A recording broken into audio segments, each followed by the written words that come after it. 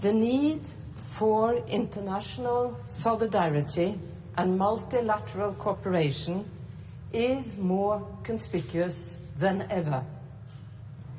The Norwegian Nobel Committee has decided to award the Nobel Peace Prize for 2020 to the World Food Programme for its efforts to combat hunger, for its contribution to bettering conditions for peace in conflict-affected areas, and for acting as a driving force in efforts to prevent the use of hunger as a weapon of war and conflict. The World Food Programme is the world's largest humanitarian organization addressing hunger and promoting food security. Last year, the WFP provided assistance to close to 1 million people in 88 countries who are victims of acute food insecurity and hunger. In 2015, eradicating hunger was adopted as one of UN's Sustainable Development Goals. The WFP is the UN's primary instrument for realizing this goal. In recent years, the situation has taken a negative turn. In 2019, 135 million people suffered from acute hunger, the highest number in many years. Most of the increase was caused by war and armed conflict. The coronavirus pandemic has contributed to a strong upsurge in the number of victims of hunger in the world.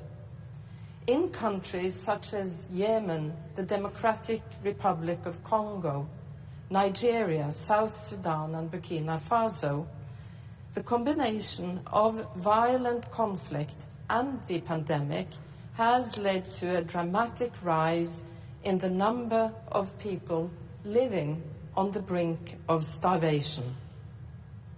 In the face of the pandemic, the World Food Programme has demonstrated an impressive ability to intensify its efforts.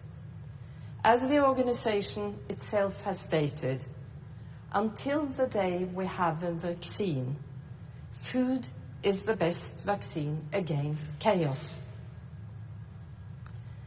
The world is in danger of experiencing a hunger crisis of inconceivable proportions if the World Food Programme and other food assistance organizations do not receive the financial support they have requested. The link between hunger and armed conflict is a vicious circle. War and conflict can cause food insecurity and hunger, just as hunger and food insecurity can cause latent conflicts to flare up and trigger the use of violence. We will never achieve the goal of zero hunger unless we also put an end to war and armed conflict. The Norwegian Nobel Committee wishes to emphasize that providing assistance to increase food security not only prevents hunger, but can also help to improve prospects for stability and peace.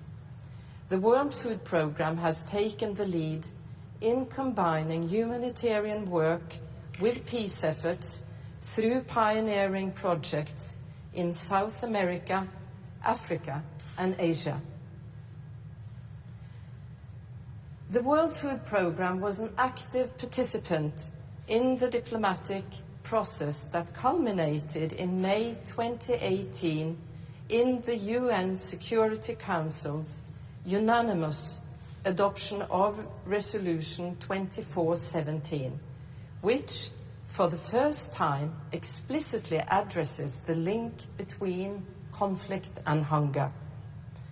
The Security Council also underscored UN member states' obligation to help ensure that food assistance reaches those in need and condemned the use of starvation as a method of warfare. With this year's award, the Norwegian Nobel Committee wishes to turn the eyes of the world towards the millions of people who suffer from or face the threat of hunger. The World Food Programme plays a key role in multilateral cooperation on making food security an instrument of peace and has made a strong contribution towards mobilizing UN member states to combat the use of hunger as a weapon of war and conflict.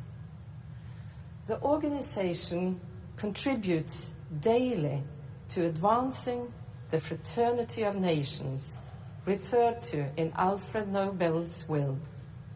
As the UN's largest specialized agency, the World Food Programme is a modern version of the peace congresses that the Nobel Peace Prize is intended to promote.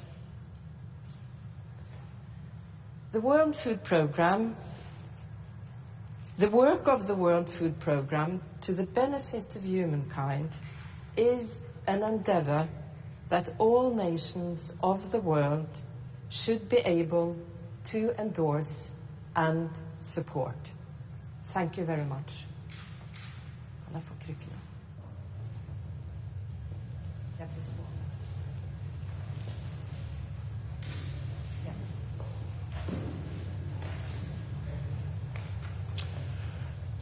Madam Leader of the Committee, in the announcement you say that hunger is often used as a weapon in conflicts. Explain how. Well, I think it's one of the oldest conflict weapons in the world, that you can starve out a population to enter a territory. Parties in a conflict, if you get control over the food, you get also a military control and you get a better control of civilians. You can also use food insecurity as a method to chase populations away from their territory by burning down farms, destroying infrastructure, etc. So I think throughout all times, and unfortunately also in present day, this is a very active weapon in warfare. And you also make a point that the World Food Programme is in great need of economical support. Do you think that this prize will be like an eye-opener and make it easier for the international community to contribute economically in a better way? This is our sincere hope, because there is a connection of the increased hunger or the starving populations of the world today and the pandemic. There is an estimate of the World Food Programme that, given the budgets they have today, there will be about 265 million starving people within a year. So, of course, this is also a call to the international community not to underfund the World Food Programme. This is an obligation in our minds of all states of the world to ensure that people are not starving.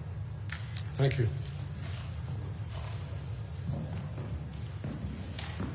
Madam Chair, how important is the corona pandemic for this year's Peace Prize?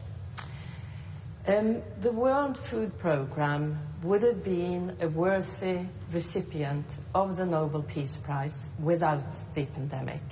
But the pandemic and the challenges raised by the pandemic definitely strengthens the reasons for the prize. First of all, the pandemic has increased the need for food aid. And food aid is not always only edible foods. It's also protective measures, it's investments in local farmings. Some indigenous people have self-isolated themselves to protect themselves from the virus and cannot feed themselves. So that is definitely one point. Food is less available to some populations because of the virus. But the pandemic also shows us another very important factor, that multilateral cooperation is absolutely necessary to combat global challenges. And multilateralism seems to have a lack of respect these days. And the Nobel Committee definitely wants to emphasize this aspect, and it is a very important UN organization. And as the Nobel Committee sees it, UN plays a key role in upholding the humanitarian standards of the world, human rights, and multilateral cooperation on a large scale. To what extent does food provide peace? Well, lack of food definitely provides conflict, because there's a fight for resources is probably one of the most common reasons for conflict. Lack of food also provides instability in a population, naturally, because food is one of our most basic needs. And as I just recently mentioned, food is also used as a weapon. So, of course, lack of food increases conflict.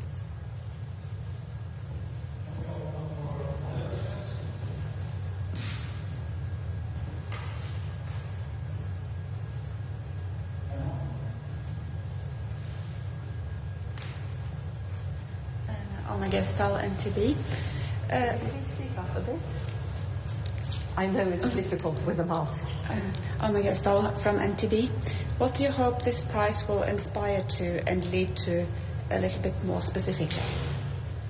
Well, first of all, we hope that this prize raises an awareness to all the starving populations in the world, particularly us who live safely in Western communities.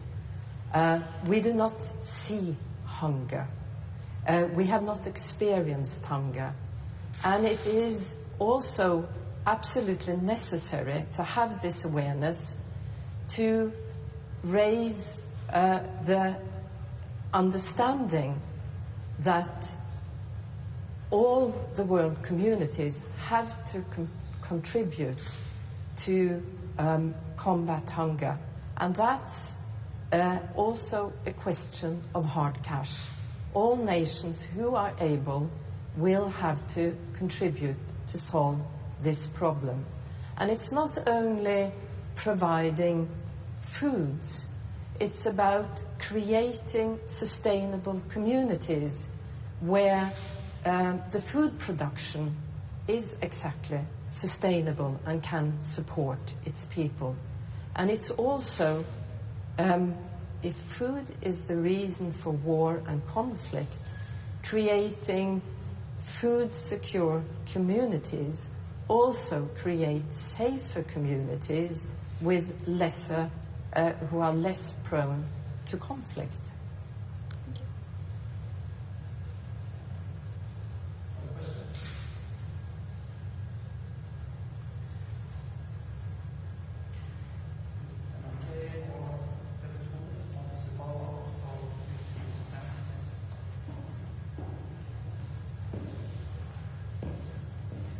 As you know, there has been, as every year, a lot of speculations. And during this time of a pandemic, do you think that also this prize becomes even more important because the whole world is in a crisis we never experienced before, or at least not since the Second World War? Definitely, and the pandemic shows that we are facing a major crisis where we all are, to a certain extent, in the same boat. There's no nation exempted from this crisis, but it is also a fact that the crisis hits communities, nations who have an unstable infrastructure, have food instability much harder than it hits other communities. But there is definitely a side to this prize that global problems will have to be solved by global efforts, and international organizations taking a global responsibility are more important than ever. Do you also feel sure about the fact that this is probably a prize that would not be any provocation to anyone? I cannot see why addressing the fact that people are starving, how can that be provocative? No, I'm saying it will not be a provocation to anyone. See. Yeah. I hope not. Thank you.